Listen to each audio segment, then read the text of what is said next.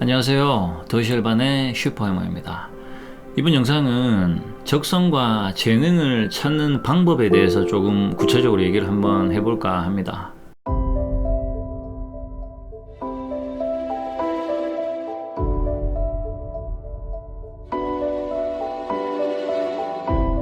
저는 유튜브로 이제 강의를 많이 보는데, 많이 보는 강의 중에 이제 법륜 스님이 하시는 게 증문즉설이라는 강의를 좀 자주 봅니다. 이 증문즉설 강의는 말 그대로 이제 그 자리에서 묻고 답하는 강의인데, 연령대가 되게 다양해요. 뭐 10대부터 뭐 60대, 70대까지 이렇게 다양하신 분들이 이제 그 자리에서 질문을 하면, 이제 법륜 스님이 이제 그 자리에서 이제 답을 하는 어떤 그런 내용의 동영상입니다. 그런데 이 동영상의 이제 좀 특이한 점은, 법륜 스님은 스님이지 않습니까? 출가자고 스님인데 종교적 관점으로 답변을 하는 게 아니라 지혜로 답을 하세요. 그래서 제가 이제 공부 차원에서 영상을 좀 많이 보는 편이거든요. 얼마 전에 제가 이제 그 강의를 보는데 20대 초반 정도 때 되는 어떤 이제 여자분이 질문을 하시더라고요. 질문을 하시는데, 사회 나와서 일을 하는데 회사도 이제 작게 옮겨 다니고 사회 적응도 좀 잘 안 되고 그래서 너무 힘들다라고 이제 질문을 하는데, 그 질문을 하면서 너무 서글프게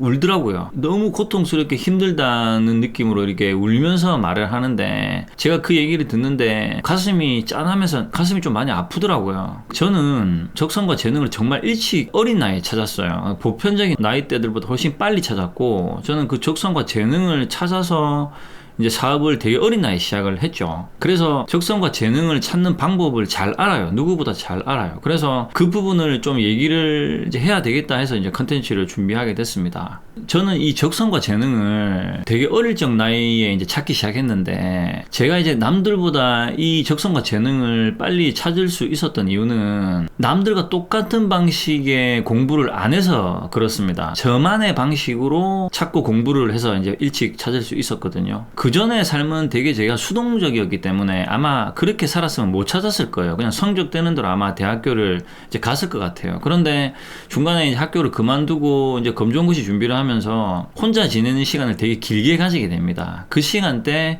저는 온전히 그냥 저의 방식대로 저의 적성을 이제 찾게 되죠. 그 시간을 보냈던 그 과정을 제가 좀 예로 들면서 적성과 재능을 찾는 방법을 조금 구체적으로 말씀을 드릴 거고, 그리고 더 나아가서 인간이 왜 적성과 재능을 찾아야 되는지, 그리고 적성과 재능을 이제 찾게 된다면 직업이라는 것을 갖게 되겠죠. 이 인간이 직업이라는 것을 왜 가져야 되는지, 그리고 사회에 나가서 이제 사회적 역할이라는 걸 하는데, 이 사회적 역할 안에서 어떤 구조로 겪어 나가야 되는지에 대해서 조금 더 단계별로 깊게 설명을 좀 드릴 거예요.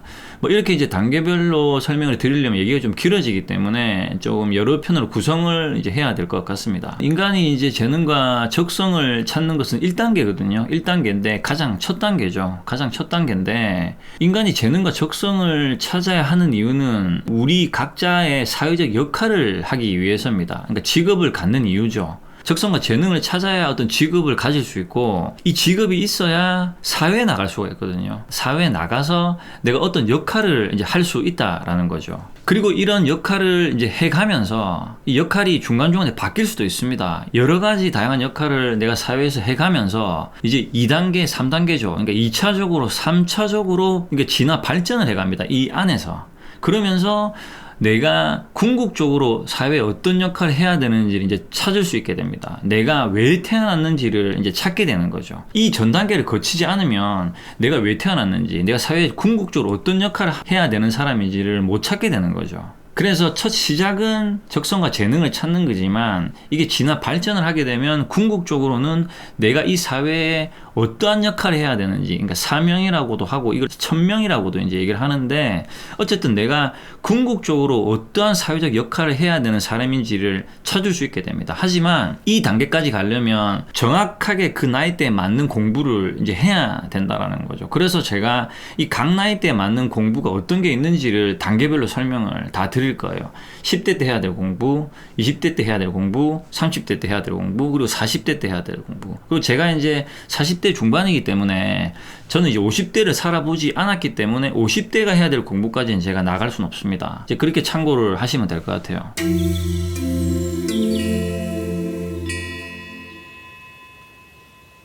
자, 그러면 이제 1단계죠. 1단계는 이제 10대인데 10대는 가장 크게 해야 될 게 학업입니다. 이제 공부죠. 중학교로 가고 이제 고등학교로 가고 대학교로 가는 공부인데 우리가 일반적 사회적 틀에서 하는 공부라는 것은 똑같은 학생들이 똑같은 시간대에 똑같이 모여서 똑같은 공부를 해요. 그래서 똑같은 공부를 해서 더 잘하는 사람이 좋은 대학교로 가고 뭐 좀 못하면 못한 대학교로 가는 거죠. 이런 똑같은 공부를 해서 대학교로 가는 이유는 단순해요.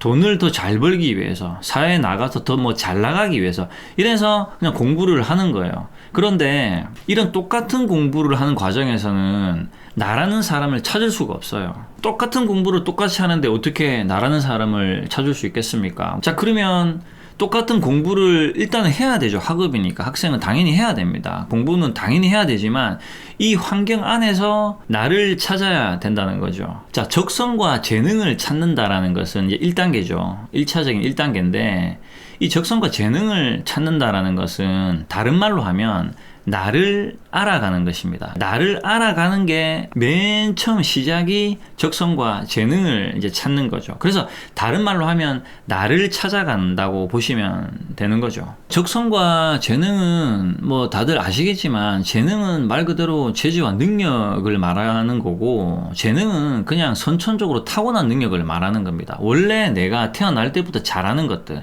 그래서 후천적으로 조금 노력을 했을 때 남들보다 훨씬 더 빠르게 성장할 수 있는 그 무언가들을 재능이라고 하는 거고, 적성은 나의 성격과 성향이 잘 맞는, 쉽게 말해서 그냥 궁합이 잘 맞는 것들을 말하는 거거든요. 그렇기 때문에 적성이 잘 맞다라는 것은 내가 잘하는 것과는 좀 다른 별개의 문제라는 거죠. 그래서 우리가 이런 얘기를 하죠. 잘하는 것을 할 것인가, 좋아하는 것을 할 것인가, 뭐 이런 것들에 대해서 고민을 하죠. 그래서 이 부분에 대해서도 나중에 제가 그 2단계 때 설명을 좀 구체적으로 드리겠습니다. 어쨌든 이 재능과 적성이라는 것을 찾으려면 내가 누구인지를 알아야 되겠죠. 내가 누구인지를 모르는데 적성과 재능을 찾는다라는 것은 모순이죠. 말이 앞뒤가 안 맞는 거죠. 자, 그렇다면 내가 누구인지를 이제 알아야 되는데 내가 누구인지를 안다라는 것은 나라는 사람이 어떤 성격과 성향을 가지고 있는가를 찾는 겁니다. 내가 누구인지를 알아가는 것, 나를 찾는 것을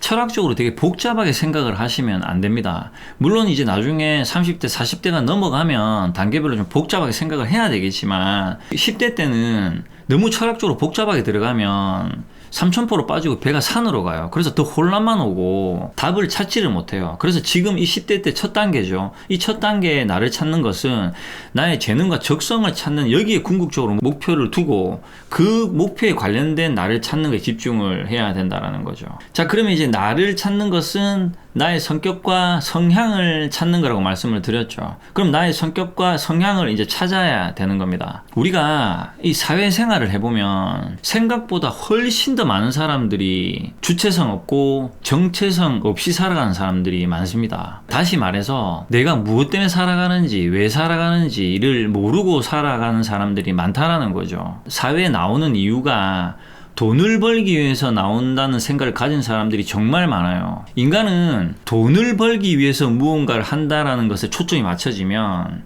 열정이라는 게 나올 수가 없어요. 왜냐하면 일하는 시간만큼 돈을 받아야 되는 계산식이 들어가기 때문에 이 열정이라는 게 올라올 수가 없어요. 순수한 열정이라는 것은 계산되지 않을 때 나오는 거거든요. 그런데 뭐 연봉이 얼마고 이 계산기 두드리고 뭐 얼마고 이렇게 해서 저렇게 하면 매 순간 나의 계산식을 들이대거든요. 그래서 열정 자체가 나올 수가 없어요. 그리고 열정이 없게 일을 하면 결코 성공이라는 걸 할 수가 없습니다. 돈을 쫓는 사람은 돈을 절대 많이 못 법니다. 돈을 못 벌어요. 이치가 그래요. 돈을 쫓지 않고 내가 잘하는 것을 찾아서 여기 순수한 열정을 가하는 사람들이 대부분 다 성공을 해요, 사회에서는. 그래서 우리가 뭐 EQ를 개발해라 뭐 이런 말들이 나오는 거거든요. 순수한 열정, 나의 에너지를, 나의 폭발적인 에너지를 쓸 수 있는 무언가를 찾아야 되는데 이것을 적성과 재능을 찾는다. 그러니까 내가 좋아하는, 내가 정말 순수한 열정을 발휘할 수 있는 계산식이 들어가지 않는 뭔가를 이제 찾아야 되는 거죠. 그게 1단계고 그 과정을 이제 10대 때 해야 된다라는 겁니다. 그래서 인간은 이제 각 나이 때 해야 될 공부가 있어요. 10대 때, 뭐 20대 때, 30대 때 이렇게 각 나이 때 해야 될 공부가 있는데 지금 말씀드린 이 10대 공부죠. 이 10대 공부를 놓치게 되면 이제 20대에 가서 어떻게 되냐면 방황을 하게 됩니다. 방황. 그 유튜브의 질문자처럼 방황을 하면서 이 방황이 연속적이게 돼요. 방황을 한다고 해서 답이 찾아지는 게 아닙니다. 그렇게 20대를 보내죠. 이제 30대 오면 이 방황의 크기가 더 커져요. 40대 오면 정말 커집니다. 이렇게 방황의 크기가 크지면 그때는 답을 낼 수가 없어요. 그래서 내가 왜 살아왔지? 무엇을 위해 살아야 되지? 라고 갑자기 뜬금없이 스스로에 대한 질문이 올라옵니다. 인간은 살아가는 이유가 상실되는 순간부터 방황을 하거든요. 그러면서 망가지는 겁니다. 그렇기 때문에 인간은 각 나이대에 맞는 공부를 정확하게 해야 됩니다. 이 공부는 학교에서 하는 그런 공부하고는 개념이 좀 다른 거예요. 이 공부는 인간이 어떻게 살아가야 되는가에 대한 이치에 대한 공부고, 뭐 인생에 대한 공부고, 인문학적인 공부라고 조금 폭넓게 보시면 될 것 같아요. 어쨌든 제가 이제 앞으로 뭐 10대 때 해야 될 공부, 뭐 20대 해야 될 공부, 30대 해야 될 공부를 좀 이렇게 정리를 해서 다양하게 컨텐츠를 올릴 겁니다. 그리고 논어에도 이제 위정편에 보면 나오거든요. 10대는 학업, 이제 30대는 나의 주관, 일입, 40대는 부록, 이런 식으로 나오는 내용들이 있는데, 그게 인간이 해야 될, 각 나이 때 해야 될 이치라고 이제 보시면 될 것 같아요. 다시 이제 본론으로 돌아와서 10대죠. 10대는 이제 학업이죠. 학교를 다니고 학원을 다니고 뭐 공부를 하면서 나를 찾아야 되겠죠. 나의 적성과 재능을 찾아야 되겠죠. 나의 적성과 재능을 찾는 것은 나를 찾는 것이고, 나를 찾는 것은 나의 성격과 성향을 찾는 것이다 라고 제가 이제 같은 말이라고 말씀을 드렸죠. 자, 여기까지 이제 정리가 됐으면, 그렇다면 나라는 사람이죠. 나라는 사람이 가지고 있는 성격과 이제 성향을 찾아야 되겠죠. 그러면 이것을 어떻게 이제 찾아야 될 것인가, 이것을 구체적으로 고찰을 해봐야 되겠죠.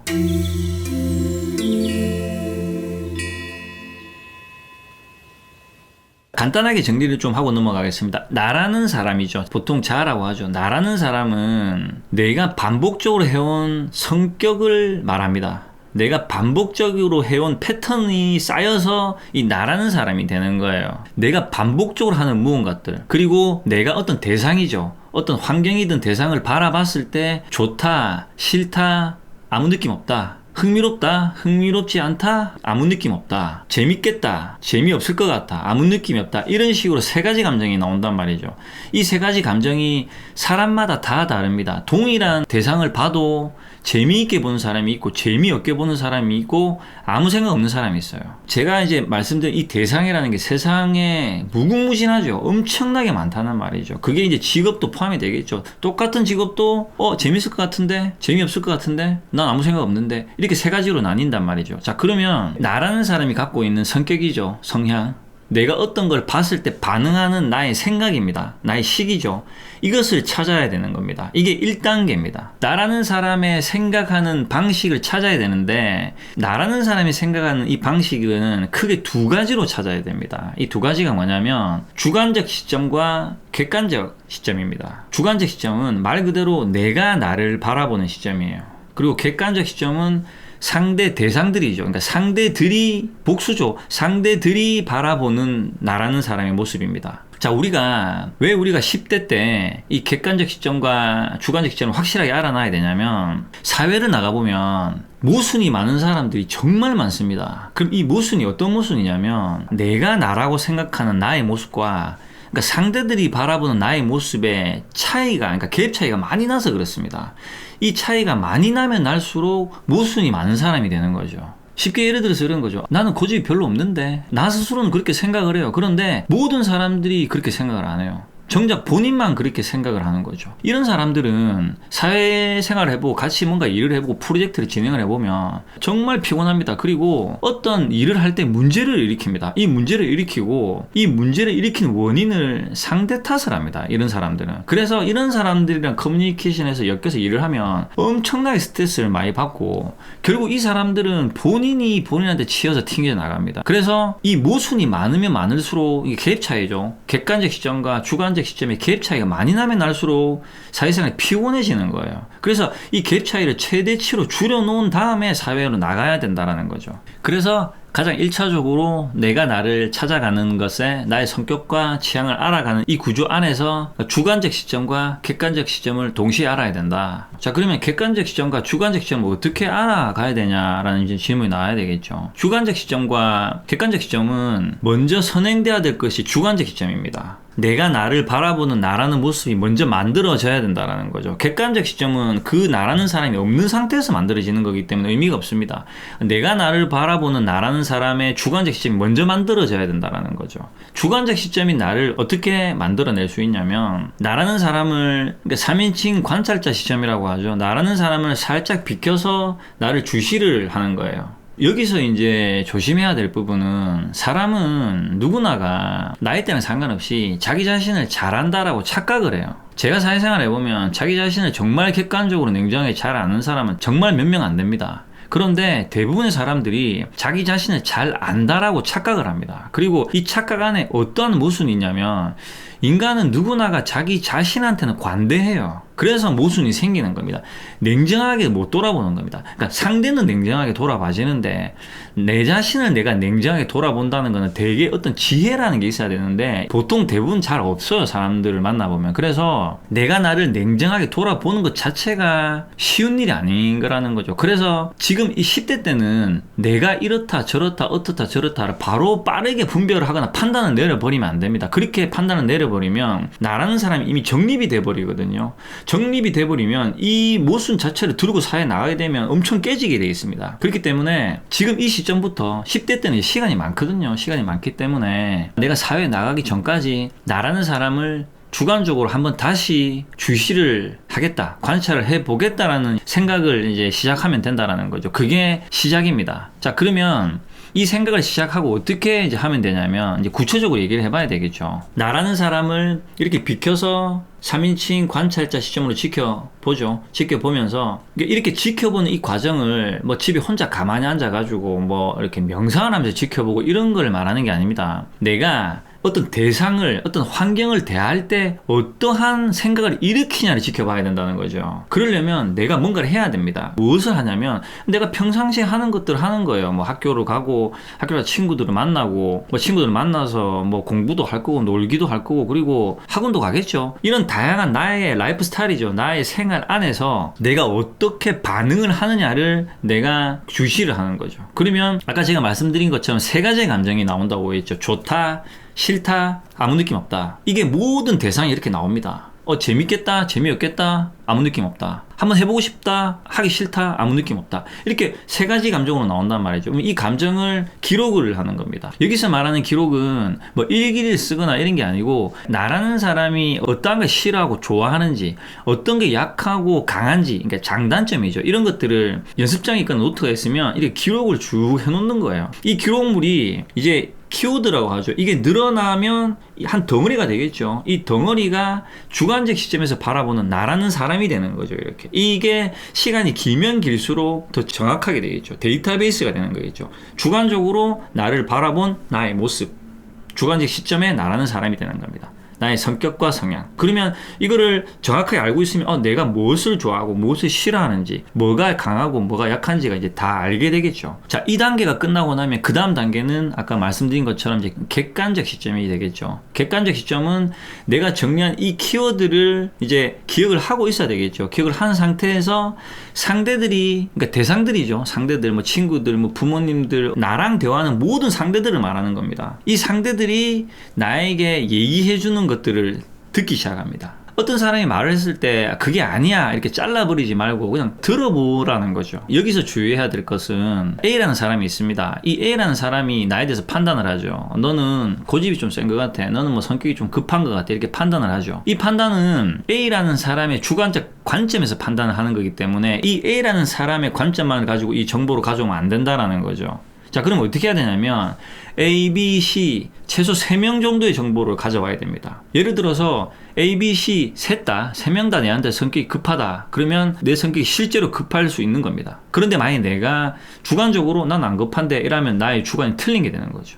다시 한번 체킹을 해봐야 되는 거죠. 이런 식으로 다른 영역도 똑같죠. 사람들의 말을 들어보고 사람들이 나를 이렇게 바라보네. 그런데 나는 내를 이렇게 바라봤네. 그리고 왜 이렇게 다를까라고 찾아내는 거죠. 그렇게 해서 정리를 다시 하는 거죠. 이 주관적 시점과 객관적 시점의 정보를 합쳐서 정리를 다시 하죠.